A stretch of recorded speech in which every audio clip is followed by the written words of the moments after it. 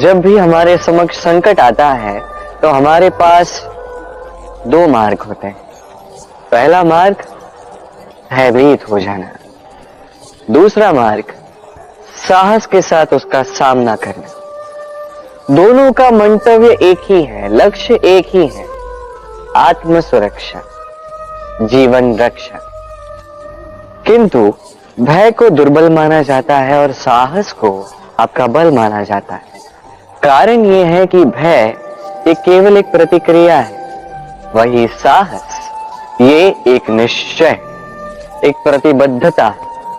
और साहस के साथ यदि संकट का सामना आप करोगे तो हो सकता है उस संकट का सदा सदा के लिए आप दमन कर दो।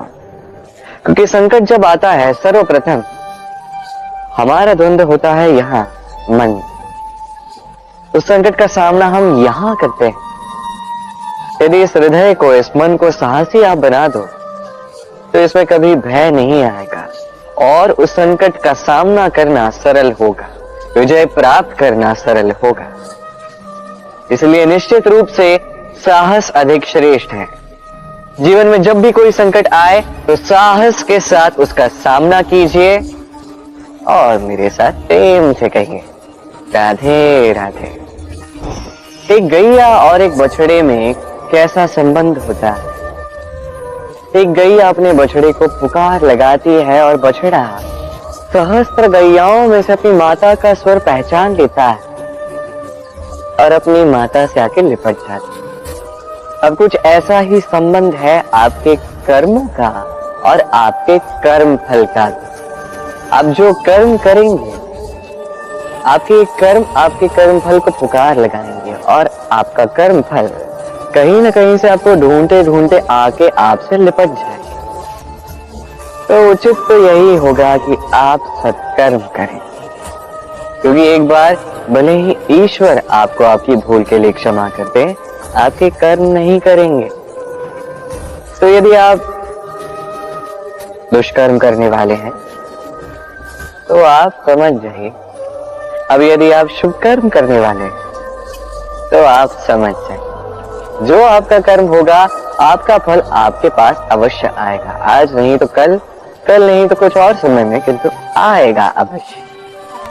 आइए मेरे साथ प्रेम से कहिए राधे राधे। हम सभी कभी ना कभी जीवन में ईश्वर से कुछ ना कुछ मांगते हैं और ईश्वर जब हमारी मनोकामना पूर्ण करते हैं हम बड़े प्रसन्न हो जाते हैं। परंतु जब ईश्वर हमारी मनोकामना पूर्ण नहीं करते तब हम सोचते हैं, संदेह करते हैं, क्या सच में ईश्वर है? आपको एक बात बता दूं, यदि आपने ईश्वर के समक्ष अपनी इच्छा रखी, अपनी मनोकामना रखी और ईश्वर ने वो पूर्ण कर दी, इसका अर्थ ये है कि ईश्वर जानते हैं कि आपको इसकी आवश्यकता है। किंतु यदि आपने कामना की और वो पूर्ण नहीं हुई तो बस इतना स्मरण रखिए, ईश्वर वो सब देख सकते हैं जो आप नहीं देख सकते। दूसरा कारण ये है कि ईश्वर ये बात भली भांति जानते हैं कि जो इच्छा आप रख रहे हैं वो इच्छा आप स्वयं अपने बल पर पूर्ण कर सकते हैं।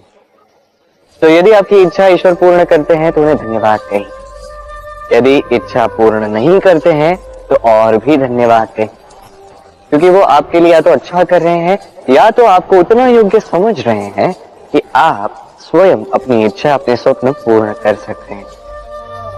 अपना कर्म करते जाइए, जीवन में आगे बढ़ते जाइए और मेरे साथ प्रेम से कहिए राधे राधे। आम और नीम दोनों ही अपने अपने स्थान पे अत्यंत विशेष, अत्यंत श्रेष्ठ। आम हमारी शक्ति बढ़ाता है, वही नीम रोगों से लड़ने की हमारी क्षमता बढ़ाता है। अब आम अत्यंत मीठा होता है और नीम कड़वा होता है। अब क्या इस कारण से नीम को निराश हो जाना चाहिए या स्वयं से घृणा करनी चाहिए कि वो कड़वा है? यथार्थ नहीं। देखिए, नीम कड़वा है, इसमें नीम का कोई दोष नहीं है, दोष जीवा का है। जैसे मीठा भाता है और कड़वा नहीं भाता। किंतु यदि आप नीम का उपयोग अपने जीवन में नहीं करोगे तो रोगों से लड़ने की आपकी क्षमता बढ़ेगी ही नहीं। तो नीम तो है अत्यंत महत्वपूर्ण। इससे आपको क्या सीख मिले? यही कि कभी भी जीवन में किसी और के मापदंडों पे स्वयं को मत परखिए। आपकी योग्यता, आपकी विशेषता, आपके गुण अवगुण, ये स्वयं आप समझ जाइए, इतना ही पर्याप्त है। आइए और मेरे साथ प्रेम से कहिएगा, राधे राधे। क्या आपने कभी कुएं से जल निकालते हुए किसी को देखा है? एक पात्र को रस्सी से बांधा जाता है, उसे कुएं में डाला जाता है, खींच के तब जल प्राप्त होता है। सरल सी बात है, परंतु कभी ये सोच के देखिए, कुएं में पात्र डालने के पश्चात यदि पात्र सीधा ही रहे तो वो जल में प्रवेश कर ही नहीं सकता। ना जल उस पात्र में प्रवेश कर सकता है, उस पात्र को झुकना पड़ता है, तब जाके जल उसमें प्रवेश करता है, तब जाके खींच के आपकी प्यास बुझती है। अब इसमें जीवन की एक अमूल्य सीख छिपी है। एक सीख तो संसार के हर एक व्यक्ति के लिए महत्वपूर्ण है, और उस सीख का नाम है विनम्रता। संसार में हर एक व्यक्ति को विनम्र होना चाहिए। आप स्वयं को विनम्र बना दीजिए, आपको बड़ों का आशीर्वाद भी प्राप्त होगा, सफलता का साथ भी प्राप्त होगा। आप विनम्र नहीं, कुछ भी टिकेगा नहीं।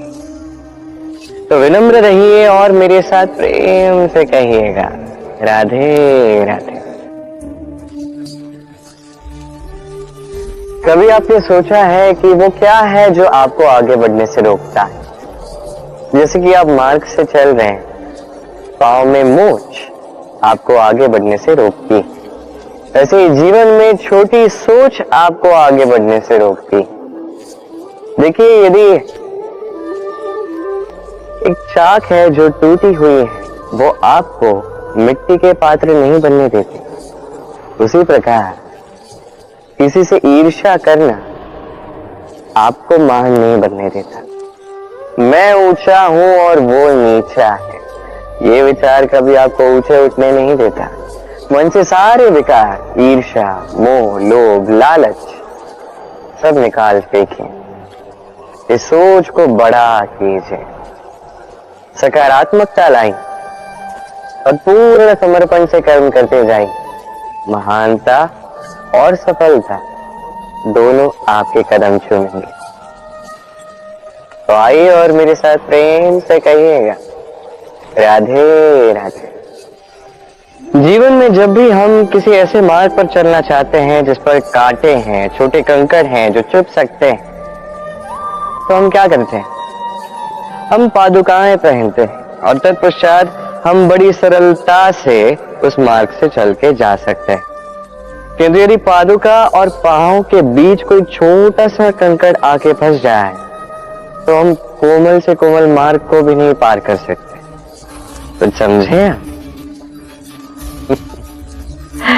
इसका सार यही है कि हम बाहरी युद्ध जीत सकते हैं, वहां पे सफल हो सकते हैं, किंतु उससे भी कहीं अधिक महत्वपूर्ण और कहीं अधिक कठिन आंतरिक युद्ध होते हैं, आंतरिक कठिनाइयां होती हैं।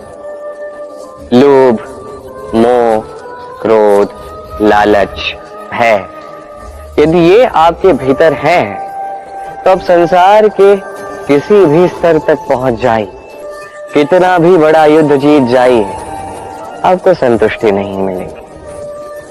तो सर्वप्रथम स्वयं को सुधारें, तत्पश्चात इस संसार को जीतें और उससे पहले मेरे साथ प्रेम से कहें, राधे राधे। कभी कभी हम किसी कार्य को आरंभ करने के विषय में सोचते हैं, फिर और सोचते हैं, फिर और सोचते हैं, सोचते ही रह जाते हैं।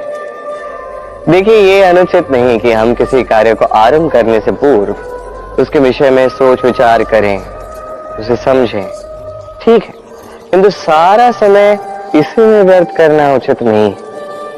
यदि आपने अधिक समय लगा दिया तो समय आपसे रुष्ट अवश्य होगा, और क्यों ना हो, आप समय को नष्ट कर रहे हैं, ये उचित नहीं। देखिए, निश्चित रूप से सोच विचार कीजिए, आकलन कीजिए, पूर्ण रूप से कीजिए, किंतु ये भी स्मरण रहे कि उस उचित समय में आपको कर्म आरंभ करना है।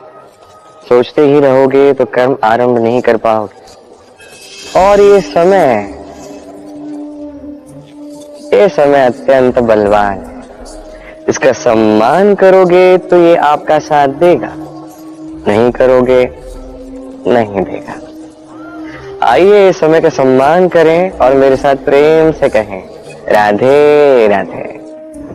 कई बार ऐसा होता है कि हमारे अच्छी मंशा पर, अच्छे विचारों पर, अच्छे कर्मों पर लोग संदेह करते हैं,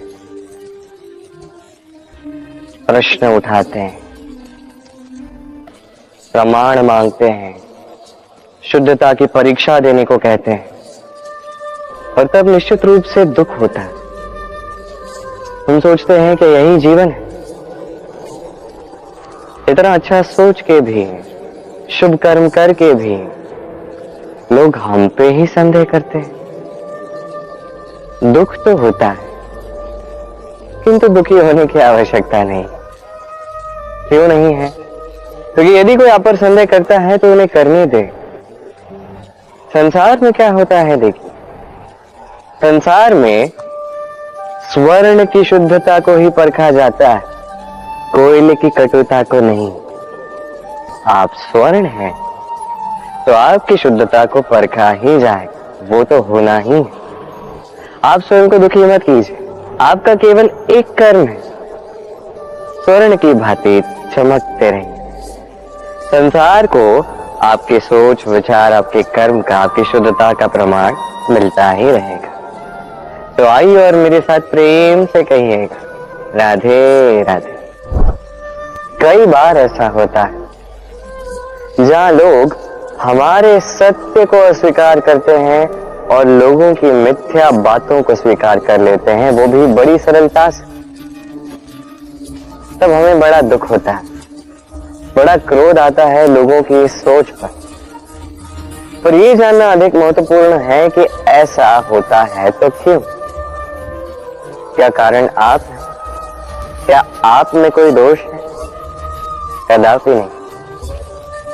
कारण ये है कि सत्य, इस सत्य का मूल्य कहीं अधिक है, इतना अधिक है कि कई बार बड़े से बड़ा धनी भी इसका मूल्य चुका नहीं सकता। वही बात की जाए यदि मिथ्या की, तो इसका मूल्य बहुत छोटा है, बड़ी सरलता से इसलिए मिथ्या सब में बिक जाता है। आपका कर्म सत्य कहूं तो ये नहीं कि आप सोचते रहें कि लोग आपको क्यों नहीं समझ रहे, आपके सत्य को क्यों नहीं समझ रहे। आपका कर्म है अपने सत्य के साथ खड़े रहना, सत्य के साथ चलते रहे, क्योंकि सत्य भी उन्हीं के पास आएगा जो सत्य को खोजना चाहते हैं। अन्यथा अधिकतर लोग मिथ्या में ही प्रसन्न हैं। आप कर्म करते जाइए, अपने सत्य के साथ आगे बढ़ते जाइए। सत्य अधिक समय तक छिपा नहीं रहता, संसार के समक्ष एक न एक दिन अवश्य आएगा, और तब भी ये लोगों पर है कि वो स्वीकार करना चाहते हैं या नहीं। आप कर्म करते जाइए और मेरे साथ प्रेम से कहिए, राधे राधे।